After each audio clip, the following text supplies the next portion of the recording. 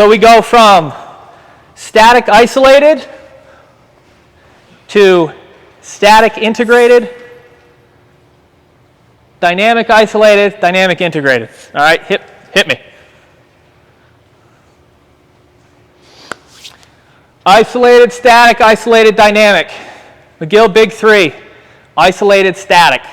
What you're doing, you're trying to isolate the muscles of the core in their specific function, and you're doing so in anti-rotation, anti-flexion, anti-extension, anti-lateral flexion, right? You're doing it in an externally stabilized means, so they're either on the floor or on the floor, which can't get much more stable than the floor.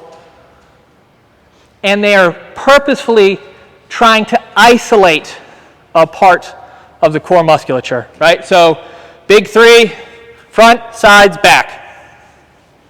Very simple. So what I want to do is, who did I say was going to do the Big Three for me? Yep, come on up. So how you coach this is really important. Who here has done the Big Three before? And you're like, yeah, this is whack, this is so easy, right? We can actually go right here. But what we want to do, we go lay down flat on your back. Again, if you're working with somebody that has had a history of low back pain and low back issues, we need to be super cognizant of all the little details. The details matter, right? For example, if he was a low back client of mine, and he's an athlete of mine, has low back issue, I'd be like, you just got on the floor like an asshole. I do have low back pain, so. Weird. It's almost like I knew that. But how they move on a daily basis, or how little they move, or how much they move, all matters into the equation, right? It's not just, and Dr. McGill will say this himself, he is not just 3 exercises. He's like one of the leading he is the leading most doctor on the lumbar spine with the most research and whatnot. And people still boil them down to 3 exercises. And then they do them half-assed and they're like, oh, this is stupid. It's like, what we're trying to do, we're trying to relearn how to stabilize. So on the curl up, I want one knee up. Who here is familiar with these? Cool? All right. Most people, most of the time, this is a very basic exercise. This should be a very early exercise if you're trying to teach somebody how to stabilize, right? I want hands underneath the low back. There you go. Why? You want to support that too, right? If somebody has any sort of issue where getting into that flex position and that low back starts to go, we need to make sure that that stability is there. So this is providing external stability into the spot on the body where they need it the most. So now, where people screw this one up the most is you'll see them just jack their head up. Yeah, there you go. That's a good one. How I was taught this and how I learned how to do this is, imagine your head's on a scale and all you want to do is make it read 0. Okay? So the cool thing about this exercise is the more you try to go forward with your head, the easier it is. So I'm constantly telling people, do less, do less, do less. All you're trying to do, and we haven't even raised the leg up yet. We're going to go elbows, make the scale read 0. How you feel? Feel it. Do you feel it? Yep. Yeah. And you're a strong dude. So this is just going over that anterior core stability, right? You can apply pressure to that torso, to that abdomen, and now you got to press against my hand. There you go. Bring that leg up. Hold, hold, hold, hold, hold. Good. Oh yeah. Feels pretty good? Mm-hmm. How do you progress out of the curl up? Very simple. Front plank. Right? Still static, still isolating. Elbows or? Yeah, elbows. Okay. So if I'm working, that was adorable. All right, no, we're going to get in that position again. How you do the little things is how you do everything, right? So if I'm working with a power lifter that needs to get more stable and come back from something with their low back, I need them to take this seriously. I need them to lock in. I need you to drive your elbows into the ground. Nope, other way, up tall. There you go. Now, we're trying to lock in the, oh, look at the shaking. What's going on? Right? We want to make sure strong here, stable here. Everything is locked in, right? Squeeze your butt. There you go. We want to be static, and we hold. What's going on? Is the floor moving, or are you shaking? Good, rest. It's the little things. Anybody can just hold a plank for like 2 minutes and just get tired and be like, this is stupid. We do 10 seconds at a time.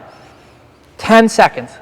Squeeze that thing, right? This is not for somebody with an injury. Sometimes an injury will make it so they just have to get in that position and it'll kind of stabilize on its own. But here, as an athlete, how we progress this is you hold that position like your life depends on it. Tight, strong, right? Especially if you're a power lifter and you have looks like a powerlifting shirt on. So it's perfect. This is great. But you can see how this would have a better carryover to something like the actual squats, your deads, everything, right? Yeah. Powerlifting specifically is a sport focused around a skill, and that skill is being stable under increased loads, right? Stable here, mobile here, right? One of the best ways I had it described to me was if you don't stabilize, and it can be dynamic, it can be static, whatever it is, trying to create force from that position is like shooting a cannon out of a canoe. All that force, it gets sent to the wrong places, right? For example, if he's not stable here, that low back can start to take a little bit of a punishment, right? Good. Side planks. Who here has done side planks? Okay. Show me a regular side plank. You could stay there forever, right? Yeah. Okay. So what we're trying to do, we're trying to isolate, right? We can't necessarily isolate just the oblique without getting that glute, without getting the lat. One of the coolest things about low back injuries, coolest things. Take a stand up for me. You guys seen bodybuilders with like that Christmas tree on their back, right? It's like lats, glutes, crazy Christmas tree thing. That's your thoracolumbar fascia. It connects lats to glutes, right? So that Christmas tree is actually fascia, so it's connective tissue. And that also connects to the spine. So one of the best ways to not have low back pain, super strong lats, super strong glutes. What was all that stuff Cal was saying about glutes and power and drive, right? It's an engine. The stronger this and this is, the force gets buffered through the lat and it doesn't make it to that lumbar spine. Same thing for the glutes. Buffers force to that lumbar spine. Strong. How many times have you seen any like squat university stuff? He's like always making people do glute bridges. Like that's just what it's, because it's like that's how important it is. That pattern needs to be ingrained. Because what happens is when you get tired, when you get fatigued, that's where that form breaks down and that's when bad things happen, right? Like Cal was talking about, once fatigue gets to a certain point, injuries kick in. Why? Because that form gets muddied and all of a sudden we find ourselves in a bad situation. So, side plank. I treat it more like a hip hinge. So if you guys need to come and be a little bit closer, you're more than welcome. Whenever I'm working with somebody that has low back pain, we have to be very cognizant of how they're moving, right? We don't want to aggravate things. So I want elbow underneath, there you go. Now instead of just coming up, I want you to hip hinge forward. Hold. He's smiling because he's like, this is different. How many people have seen this and it's like, oh, this is a regression? It's like, it is, but you're shaking. Oh, yeah. Yeah, where are you feeling this the most? Right here. Yep, perfect. Rest. So it's a hip hinge. So this is one of the sneakiest things about the big three, especially if you're working with like people that deadlift. It's like, I'll never deadlift again. Whoa. There's a hip hinge. We're working on a hip hinge. It's like hiding the medicine in the peanut butter for a dog. It's like wrapping it in cheese. You're ingraining a hip hinge pattern with somebody who hurt themselves deadlifting. What? That's awesome, right? You're getting them to do the thing that scares them. They don't even know it. It's like, oh, it's a side plank. But just like squeeze your butt. It's pretty cool. Do another rep. How we progress this, we get more active with it. I want you to drive that elbow in. Tight. Tight. Good. Hold. 5, 4, 3, squeeze that glute. 3, 2, 1, good, rest. A little different, right? Oh yeah. Good, let's try the other side. One of the coolest things about this in particular, and you'll see it a lot with the bird dog too, is I use this as a diagnostic tool as well to see if one side is more stable than the other. Good, strong. Lat, get that lat engaged, squeeze that glute. Good, rest. That's not like a side plank. That's like a different experience, right? So when you teach this, when you coach this, understand who you're coaching it for. If it's somebody with an active low back injury, I'm not going to be like, squeeze the hell out of it. It's like, no. Sometimes you need to have more of a gentle approach, right? Like some clients that come into your office, it's like you can be a hard ass on them, and others you need to step back, right? So in this case, I would kick your ass with these because he's still smiling. He's an absolute meathead, just like the rest of us, right? And that's one of the biggest points of this, is use this as a tool for whoever it is you're going to work with. At the end of the day, I don't know who you work with, but I do know that you are one of the best resources for that person, and you got to make sure the tool fits the job. If I had this as the only version of a side plank, this is like having a hammer. And someone who actually has like a real bad low back injury, I would just be using a hammer, and that's no good, right? So having that coaching, and Cal had mentioned it's that art of coaching. I kind of call it playing jazz. Sometimes you just kind of like ebb and flow a little bit, kind of figure things out. How'd that feel in comparison to side planks you've done before? A lot harder. A lot harder. So how do you progress that?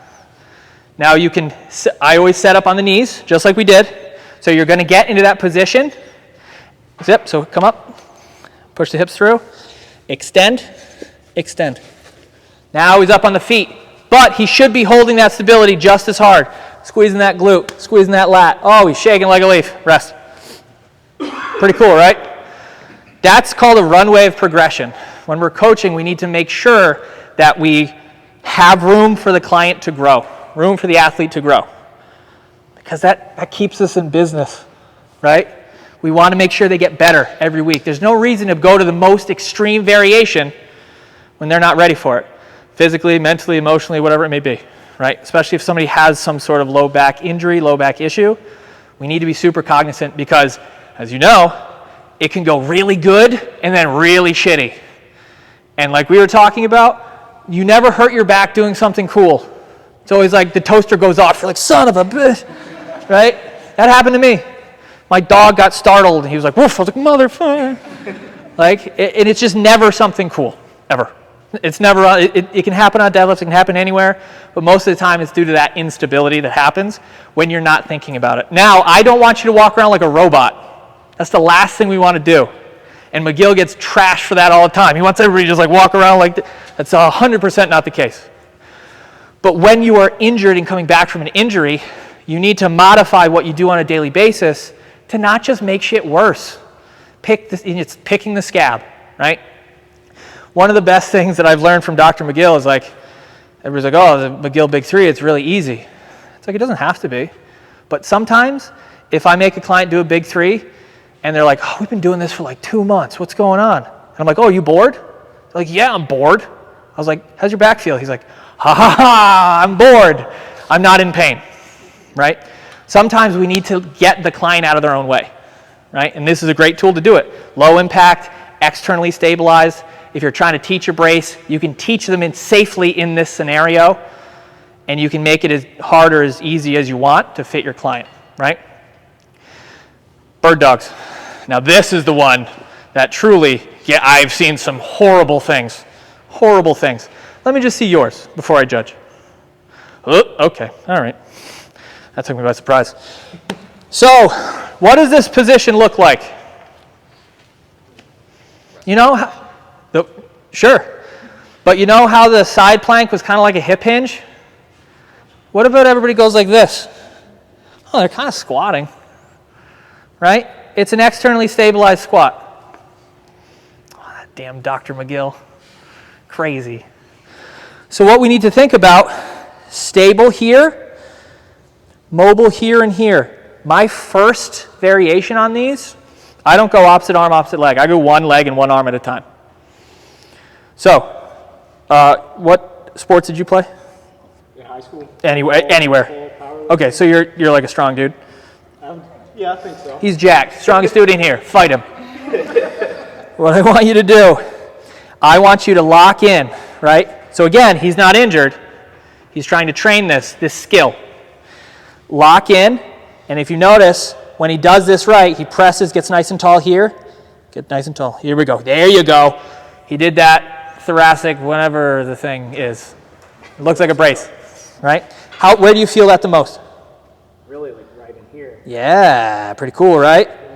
So what I want you to do, you're going to resist all movement. All I want is this leg extending out. When it extends out, drive the heel to the floor. Not to the wall, rather, not the floor. That would be weird.